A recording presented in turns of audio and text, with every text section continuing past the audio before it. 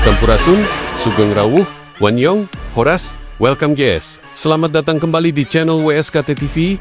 Bagaimana kabar kalian semua? Semoga dalam keadaan sehat selalu dan diberi kelancaran, rezeki yang berlimpah dan sehat selalu. Besak, bersama kami akan menjelaskan alur cerita film. Namun, sebelum masuk ke alur cerita ini, seperti biasa, siapkan makanan ringan dan minuman sehat kopi. Produk waskita untuk menemani kalian dalam menonton alur cerita film ini. Get the Gringo adalah film fiksi kriminal yang dibintangi sekaligus produser film yaitu Mel Gibson yang mencoba untuk melarikan diri patroli Amerika tapi memasuki dunia lain. Mari kita review film ini bersama. Berjudul Get the Gringo 2012. Guys, tonton hingga selesai dan jangan di-skip biar puas dan tuntas. Ayo kita saksikan sekarang. Check it out. Diawali cerita pada hari siang terik membakar garis perbatasan Amerika-Meksiko. Debu gurun berputar di terpa angin, seolah menutup jalanan tandus yang hanya diguncang deru mesin mobil yang melesat liar. Di balik kemudi, Richard memacu gas habis-habisan, sementara sirene polisi meraung di belakangnya. Di kursi samping, rekannya sekarat, tubuhnya berlumuran darah. Namun Richard tak mengendurkan laju. Satu-satunya tujuan ada di depan mata, gerbang perbatasan Meksiko. You want it 4 miles from the border. Dude, I'll get you a dead, you son of a bitch! I need a... All units be advised. Suspects are armed and dangerous.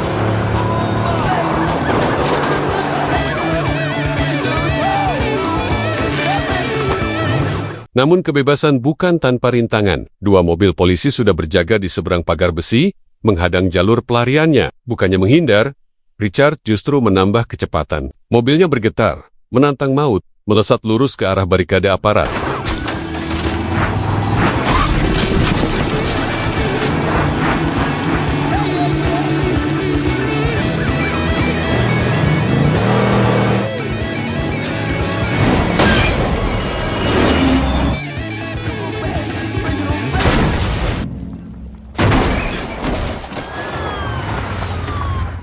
Di sisi lain, polisi Amerika siap menangkapnya. Tapi Panquist, aparat Meksiko yang berjaga, melihat sesuatu yang lebih berharga, tumpukan uang tunai, memenuhi bagasi mobil. Richard, seketika niat mereka berubah. Dengan alasan, wilayah itu termasuk kekuasaannya. Mereka memutuskan merebut penangkapan. Dalam hitungan detik, perbatasan berubah menjadi medan perebutan. Hukum, peluru dan uang akan menentukan siapa yang keluar sebagai pemenang. Awalnya, Panquist, polisi Meksiko di perbatasan hanya diam. Namun begitu melihat mobil Richard dipenuhi uang tunai, mata mereka berubah rakus. Dengan dalih yurisdiksi, mereka mengambil alih penangkapan dan menjebloskan Richard ke penjara dengan tuduhan palsu. Sejak itu, jelas sudah, Panquist bukan aparat bersih, melainkan polisi korup yang mencari untung di tengah kekacauan. Anehnya, Richard tidak marah. Ia justru tenang. Bahkan sedikit lega, kini ia tahu pasti siapa yang menyimpan uangnya dan tinggal menunggu waktu untuk merebutnya kembali. Sebelum masuk ke sel, para tahanan dikumpulkan untuk pengarahan. Di tengah kerumunan, Richard menangkap tatapan seseorang dari kedutaan. Entah datang sebagai penolong atau pemburu keuntungan, belum ada yang bisa dipastikan. Tak lama, pintu besi bergeser. Para tahanan digiring masuk. Namun yang terbentang di hadapan Richard jauh dari bayangan penjara pada umumnya. Tidak ada jeruji, tidak ada rutinitas kaku. Para narapidana berkeliaran bebas. Pria dan wanita bercampur. Tempat itu lebih mirip kota kecil liar penuh toko, hiburan, dan perdagangan gelap. Sebuah dunia di balik tembok, di mana hukum hanya berlaku bagi yang kuat. Narkoba dijual toreng-terangan di dalam penjara. Richard segera paham. Di sini, uang adalah satu-satunya cara untuk bertahan hidup. Kesempatan datang saat ia melihat seorang preman berpengaruh dengan jam tangan emas, tanda jelas bahwa orang itu menyimpan kekayaan. Namun alih-alih merampas, Richard memilih cara licik. Ia berhasil menyembunyikan senjata si preman di atap kamar mandi, menyiapkan kartu truf untuk digunakan nanti. Malam itu, tanpa uang, ia terpaksa tidur di lantai dingin bersama para tahanan miskin lainnya. Keesokan harinya, tahanan baru digiring, bekerja di tempat pembuangan sampah. Di sana Richard terperanjat anak-anak kecil berkeliaran di dalam penjara, seolah tempat ini juga rumah bagi mereka. Sebelum sempat mencari jawaban, 3 polisi korup menghadangnya. Mereka menyeret Richard, memaksa mengambil darahnya. This is going to pinch a little.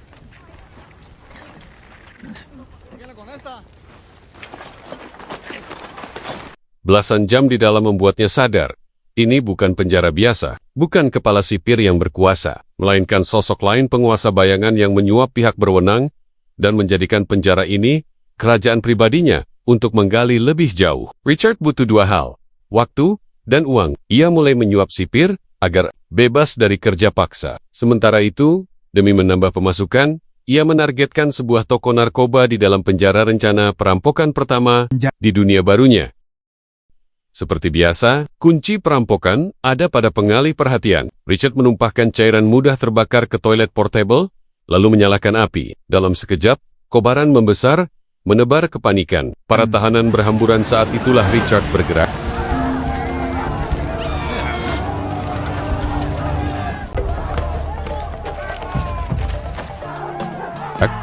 Namun rencananya tak mulus. Seorang saksi mata melihat, Segelheni, bocah berusia 10 tahun bernama Hernandez. Untung, bocah itu hanya menuntut satu hal untuk bungkam. Sebatang rokok, sekilas tampak sepele, tapi pertemuan itu justru jadi keuntungan. Yeah. Can I have one? Nope.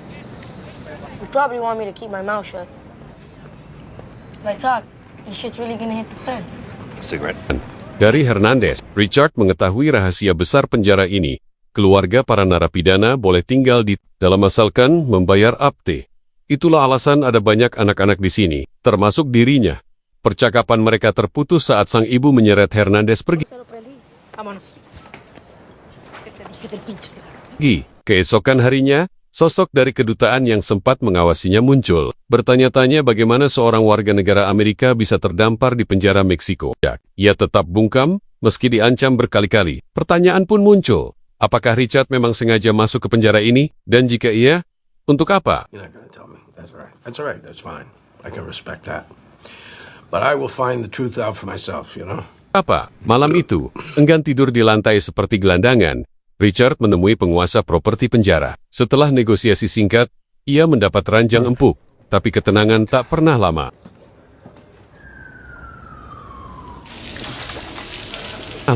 Begitu malam larut, pemandangan gila tersaji. Para sipir berjudi dengan riang, ditemani biduan cantik, seolah penjara ini bukanlah tempat hukuman, melainkan pesta tanpa akhir. Pesta liar itu rutin digelar tiap minggu oleh Javi, penguasa bayangan penjara, sebagai hiburan untuk kepala sipir. Malam itu, Richard terkejut melihat salah satu biduan ternyata Ibu Hernandez. Tatapannya terus mengikuti wanita itu sampai pesta berakhir. What the fuck are you looking at? Keesokan paginya, saat Richard mempelajari denah penjara, Hernandez muncul lagi. Bocah itu menjelaskan, meski para napi di sini bebas berbuat apa saja, tak ada satupun yang berani kabur. Hukuman bagi yang mencoba jelas eksekusi di tempat. Bahkan Javi, sekuat apapun, hanya diizinkan keluar beberapa jam sebelum wajib kembali. Dalam kekuasaannya, Javi didampingi adiknya, Caracas, dan sepupunya, Carnel. Namun di tengah obrolan, Hernandez melontarkan sesuatu yang mengejutkan.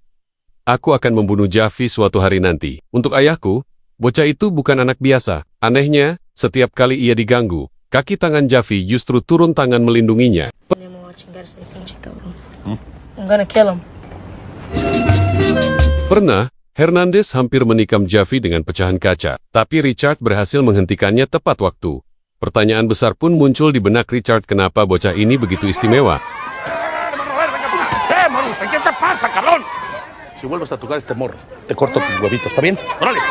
Akhirnya, Hernandez membuka rahasia kelam. Saat usianya 7 tahun, kedua orang tuanya dijebloskan ke penjara karena narkoba. Sang ayah bekerja untuk Javi, hingga suatu hari dibunuh bukan karena pengkhianatan, melainkan untuk diambil organ hatinya. If you want to kill someone instantaneously, you go for the central nervous system with the brain.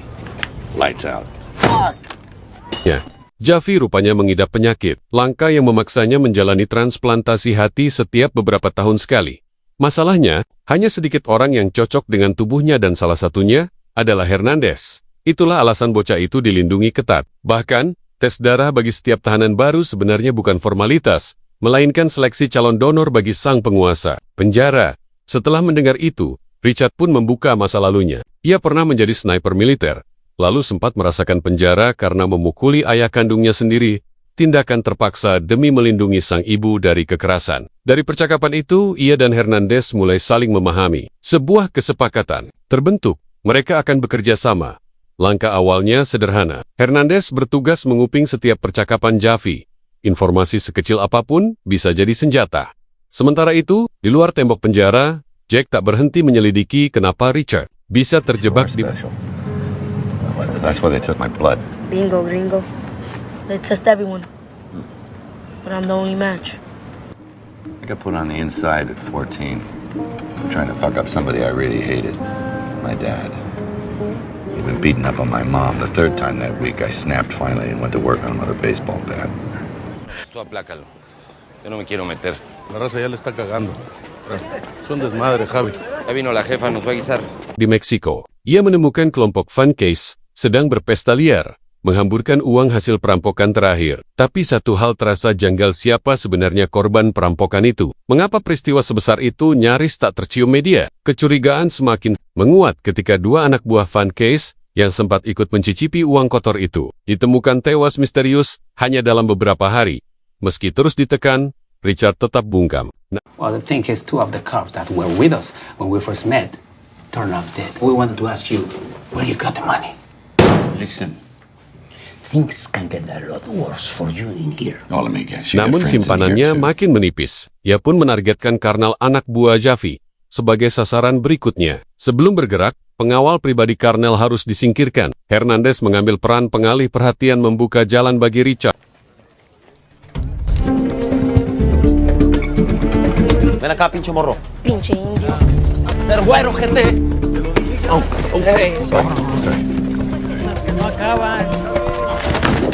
Presta. ¿De dónde lo sacaste? Hard shot. Yeah, well, you spot, I'll shoot. Don't spend it in big chunks. Aksi berhasil. Tak lama, Ibu Hernandez memanggil Richard untuk berbicara empat mata. Dari sana ia tahu, Hernandez sudah menceritakan rencana mereka melawan Javi. Alih-alih marah, sang ibu justru lega. Ada seseorang yang mau melindungi anaknya. Sejak itu, hubungan mereka makin dekat. I'll kick your ass. Again? Worse. Amarah Karnal memuncak. Ia menyerbu rumah Hernandez, menyiksa bocah itu tanpa henti, sementara anak buahnya diperintahkan memburu Richard. Around la feria. ¿Quién? No sé. Pues pinche choros, cabrón. No me vengas con mamadas, ¿está bien? Richard. Untung, Richard peka terhadap bahaya. Ia segera menuju kamar mandi untuk mengambil pistol yang pernah disembunyikan. Di saat bersamaan, Karnal hampir melampiaskan niat bejat pada Ibu Hernandez. Namun, Kerakes tiba-tiba muncul. Sayangnya, bukan untuk menghentikan melainkan memperkeruh keadaan hingga nyawa sepupunya sendiri terancam.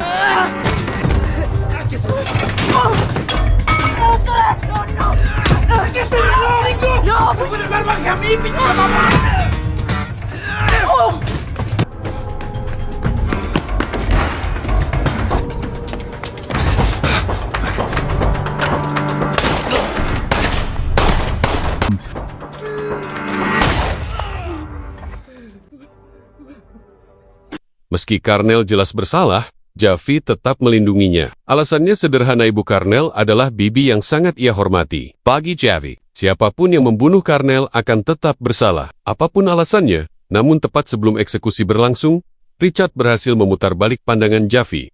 Satu masalah terselesai. Saved your brother's life. I saved your life too. I protected the kid in the liver. Now tell me you weren't thinking about killing him already. I saved your fucking life twice. Tapi, bayangan masalah baru segera muncul. Jack menelpon dengan kabar mengejutkan. Ia berhasil melacak polisi korup yang menyimpan uang milik Richard. Lebih parahnya, ia juga tahu asal-usul uang itu milik bos mafia besar bernama Frank. Jack berniat membocorkan informasi ini kepada pihak mafia. Jika sampai terjadi, Frank pasti mengirim orang-orangnya masuk ke penjara untuk menghabisi Richard. Dan bukan hanya itu, Van, Cash pun bakal jadi target pembalasan. Demi mencegah bencana, Richard menemui Kerakes dan menawarkan cash. Kerakes langsung murka begitu tahu ada polisi berani menjebloskan napi tanpa membayar upeti padanya. Ia pun memerintahkan dua anak buahnya bergerak ke kediaman Van Case. They took a sizable amount of money from me when they brought me here, and I figure I'll never see the money again, and I just wondered if they gave you your cut. I know what will happen if you are pushing my leg. See, I know. I Tráiganme a Vázquez y a Romero. Sayang, mereka terlambat. Van Cash dan kelompoknya sudah lebih dulu disiksa oleh orang tak dikenal. Saat uang hasil rampokan dihitung, jumlahnya tak sesuai. Richard hanya membawa $2 juta, sementara Frank mengaku ada $2 juta lagi yang lenyap entah kemana. Di tengah interogasi, anak buah Caracas tiba-tiba datang dan merampas semua uang. Kabar itu sampai ke telinga Frank. Mr. Vasquez. Listen, very carefully. Hey, no! If you want to talk.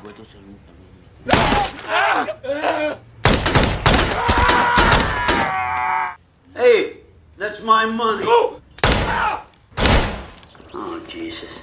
Meski wilayah mereka dipisahkan negara, reputasi Javi atau Hafi sudah lama ia kenal. Esoknya, Frank mengirim 3 orang kepercayaannya untuk membunuh Richard. Lewat Jack sebagai perantara, mereka berhasil menyusup ke penjara. Hari itu, saat Richard berbincang santai dengan Ibu Hernandez, ketiga utusan Frank mendadak menyerbu. Baku tembak pun pecah.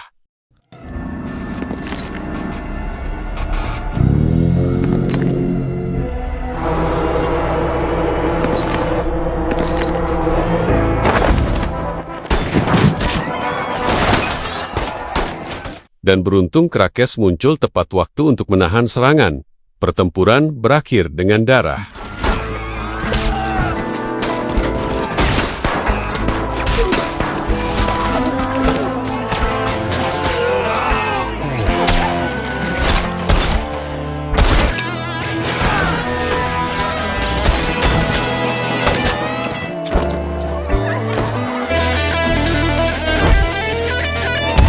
Hafi Mark, para sipir yang berkhianat ditangkap dan dieksekusi di tempat. Richard nyaris menjadi korban berikutnya, namun ia cepat mengajukan tawaran.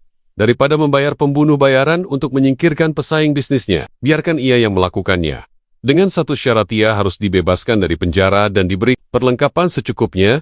Hufi menerima. Richard pun mendapat kendaraan, identitas baru, senjata, dan jalur keluar yang aman. Always made sure that every bullet counted. Si me sacan de aquí, arreglo a Frank. Está bueno. Ve y mátalo. Pero pase lo que pase, no regreses aquí. Necesito algo de dinero, armas y un vehículo. Está bueno. Berkat koneksi gelapnya, Hufi berhasil menyelundupkan Richard keluar tanpa jejak. Reginald T. Barnes.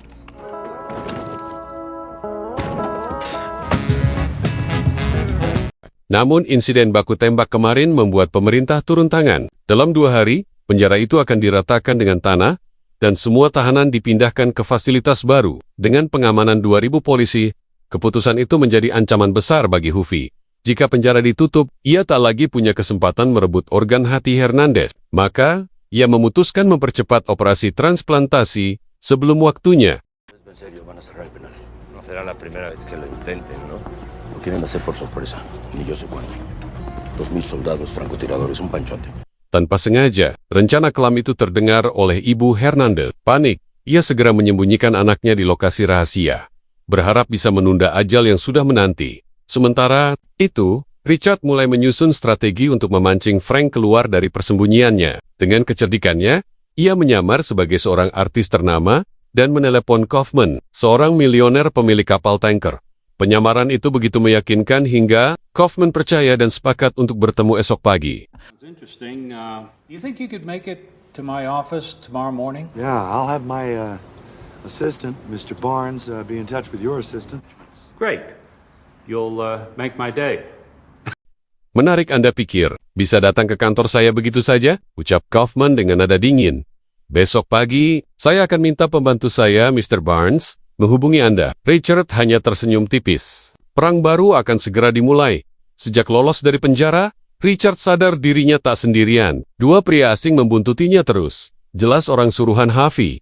Untuk menyingkirkan mereka, ia pura-pura mampir ke minimarket membeli burger. Makanan itu kemudian diselipkan ke knalpot mobil target. Tak butuh lama, kendaraan mereka mogok di tengah jalan. Richard pun bebas bergerak dengan tenang. Ia kembali mengangkat telepon. Kali ini, ia menghubungi bos mafia melalui pengacara Frank, tetap dengan samaran sebagai Kaufman, sang pengusaha kapal tanker. Umpannya jelas, tawaran kerjasama bisnis ilegal dengan lokasi pertemuan yang sudah ia atur. Pengacara Frank langsung menyambutnya sebagai peluang emas dan bergegas melapor pada sang bos.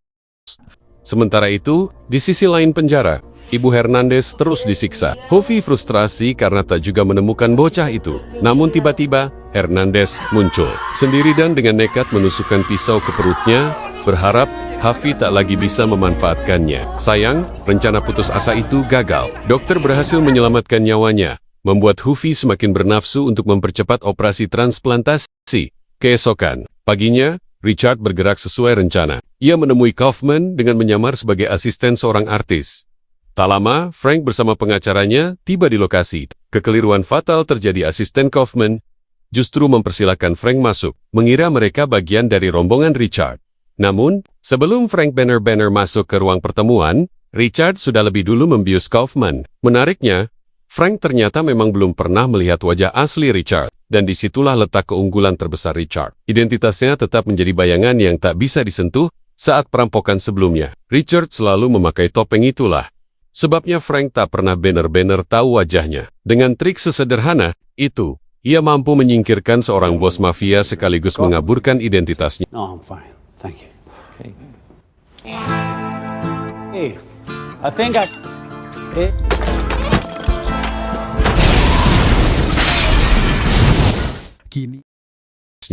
Namun, di tengah momen santai bersama seorang biduan, kabar besar datang.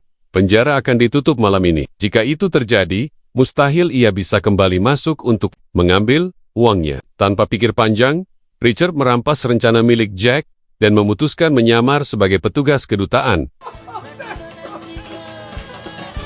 What was that? It's over. The government's shutting the place down. They're raiding the joints. And fucking moron Javier, he's having an organ transplant in the middle of a raid. Malam pun tiba. Ribuan polisi mengepung kompleks.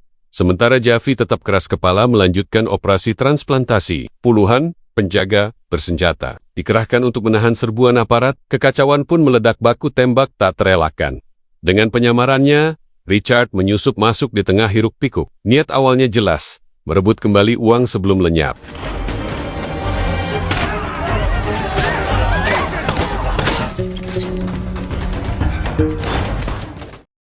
Janji yang pernah ia ucapkan pada Hernandez membuatnya berbelok arah. Ia bergerak menuju ruang operasi. Di sana, Caracas sudah menunggu, siap menjadikan Ibu Hernandez sandera. Tapi Richard lebih cepat. Dengan rencana cadangan yang matang, ia berhasil melumpuhkan Caracas dan membebaskan sang ibu. Mereka berdua lalu menyamar sebagai perawat.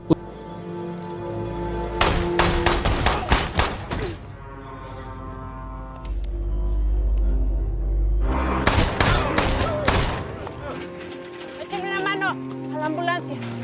¿Qué fue lo que ocurrió? Masculino. Iba permeable aquí llevando.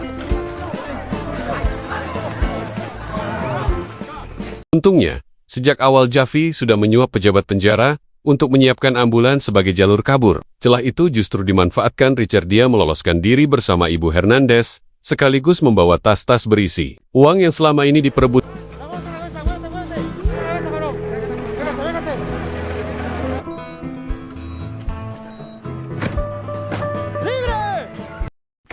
Keesokan harinya, Richard menuju lokasi pembuangan untuk mengambil sisa hasil rampokan. Ternyata, uang itu tersimpan rapi di bagasi sebuah mobil luput dari perhatian petugas yang sibuk menghitung tumpukan uang di kursi penumpang di Tempot Lane. Tuan Kaufman meledak marah karena dipermainkan. Ia langsung menyewa 2 pembunuh bayaran untuk memburu Richard. Ironisnya, Richard sejak awal memakai identitas palsu, sehingga orang lainlah yang justru jadi target.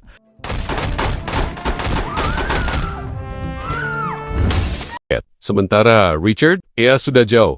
Tersenyum tenang menikmati. Ia memilih menghilang ke sebuah pulau tropis. Jauh dari hiruk-pikuk, jauh dari kekacauan, hanya ditemani laut biru dan rahasia besar yang tak seorang pun tahu. Begitulah, Richard menutup kisahnya. Pergi dengan uang, licin dari hukum, dan meninggalkan jejak penuh darah di belakangnya. Get the Gringo 2012 menyuguhkan aksi cerdas, penuh intrik, humor gelap dan ketegangan yang tak pernah kendur. Dan dengan begitu, film pun tamat. Terima kasih. Sampai bertemu review film selanjutnya. Jangan lupa like, komen, dan subscribe. Sampai jumpa. Adios amigos.